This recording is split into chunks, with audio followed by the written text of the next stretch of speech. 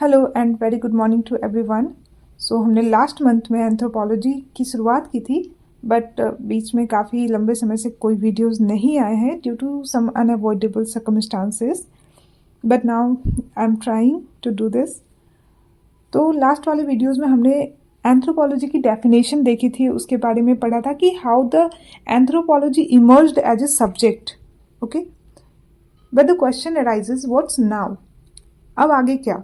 तो एक सिंपल सी डेफिनेशन फिर से यहाँ पे बता देते हैं कि एंथ्रोपोलॉजी है क्या। Anthropology simply means the study of human being और ह्यूमन काइंड। तो आज हम बात करेंगे ब्रांचेज ऑफ एंथ्रोपोलॉजी के बारे में।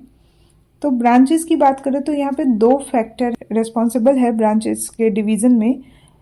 एक तो जो इंडिया और ब्रिटिश मानता है और दूसरा अमेरिका। तो इंडिया के हिसाब से या फिर जो ब्रिटिश के हिसाब से बात करें तो एंथ्रोपोलॉजी में टोटल 3 ब्रांचेज है, लेकिन अगर हम अमेरिका की बात करें तो we have 4 branches in anthropology. तो coming to the India, we have biological और physical anthropology, second one is social anthropology and the third one is archaeological anthropology. But अगर हम बात करें अमेरिका की दूसरी तरफ तो यहाँ पे 4 ब्रांचेस हैं। First one is physical anthropology, second one is cultural anthropology, third one is archaeological anthropology, last और fourth one is linguistic anthropology. आज की वीडियोस में हमें ब्रांचेज ऑफ एंथ्रोपोलॉजी की स्टडी करनी है कि इसका मीनिंग क्या है, इसका यूज क्या है and all, irrespective of India or America. We are not going to consider what America says and what India says. We have to genuinely know the meaning of all the branches of the anthropology. So we are starting with biological anthropology. Here biological anthropology simply means the study of human beings as biological organism. यहाँ पे ना हमें सिर्फ 3 चीजें important ध्यान रखनी है, जैसे कि कोई ऑर्गेनिज्म है तो उसका ओरिजिन कैसे हुआ और वो इवॉल्व कैसे हुआ as a human being. Second, उसका जेनेटिक कंस्टिट्यूएंट क्या है या फिर हम कह सकते हैं जेनेटिक मेकअप उसका कैसा है। तीसरा, उसका फिजिकल वेरिएशन मतलब दिखने में कैसा है। ये 3 चीजें हमें पढ़नी होती है बायोलॉजिकल एंथ्रोपोलॉजी के अंदर। Coming to the next, it is social anthropology. हम लोग जनरली सुनते हैं कि we humans are social animals. Social animals means what? Social animals means we humans live in a society, we create society, we structure society, we function in our societies. So it includes family, marriage, kinship, institutions, pattern of human behaviors. तो ये सारी चीजें social anthropology के अंदर consider होती है। Next is archaeological anthropology.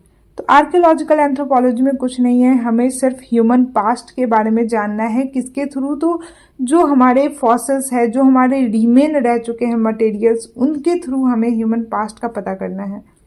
तो कैसे पता करेंगे?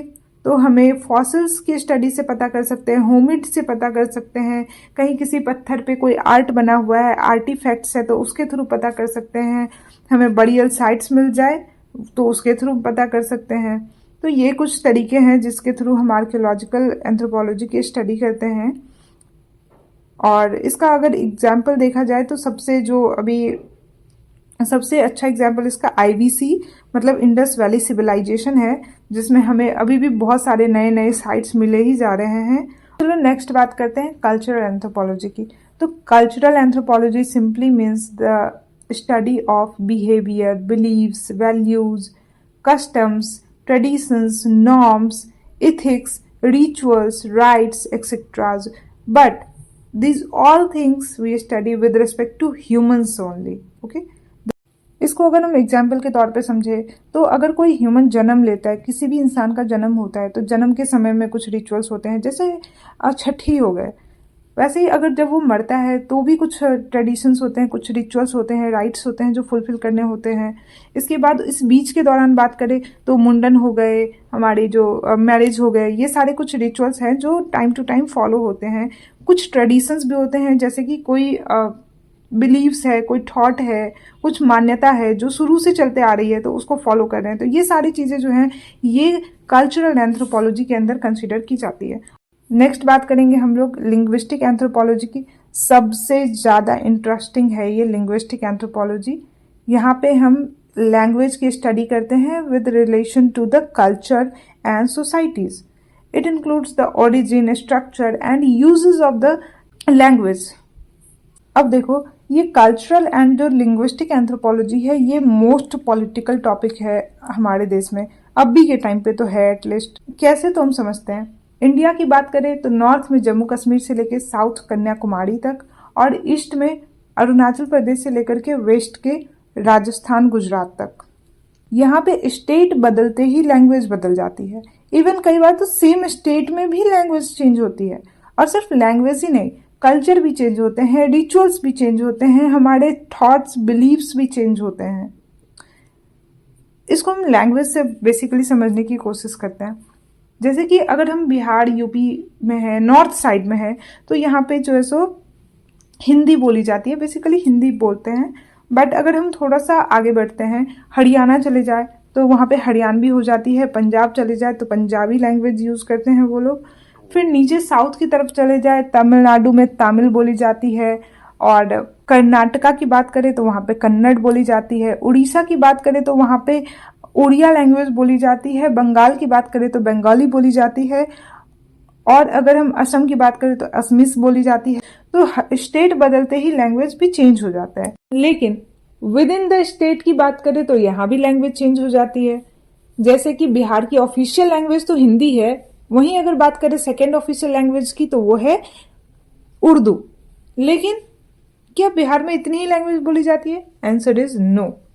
तो बिहार में बोली जाने वाली भाषाओं में है हिंदी, इंग्लिश, संस्कृत, उर्दू के अलावा मैथिली, भोजपुरी, अंगिका, वजिका, ये सारे लैंग्वेज है जो बिहार में बोली जाती है। और इसमें भी अगर बात करें तो हिंदी, मैथिली और भोजपुरी की, तो ये काफी फेमस है बिहार में और एक लार्ज एक्सटेंट तक बोली जाती है।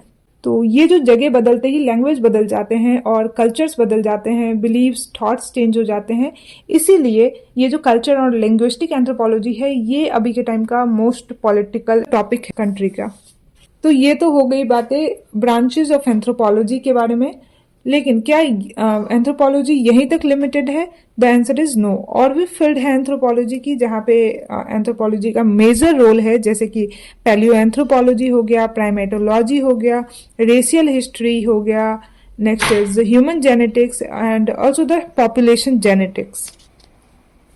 सारे एंथ्रोपोलॉजी के ब्रांचेस को डिटेल में देखेंगे तो फिर ये सारे फील्ड्स जो है वो कवर्ड अप हो जाएंगे।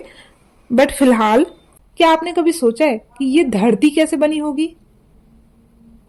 क्या आपने कुछ टर्म्स के बारे में सुना है, जैसे कि पेंजिया, पेंथलासा, गोडवाना, लॉरेंसिया? क्या इन वर्ड्स के बारे में आपने कभी भी सुना है? अगर सुना है तो मुझे कमेंट सेक्शन में बताइए कि ये कौन से टॉपिक से रिलेटेड है। बाकी नेक्स्ट लेक्चर में हम अर्थ कैसे बनी है इस पे बात करेंगे और इन सारे टर्मिनोलॉजी पे बात करेंगे। Okay, thank you.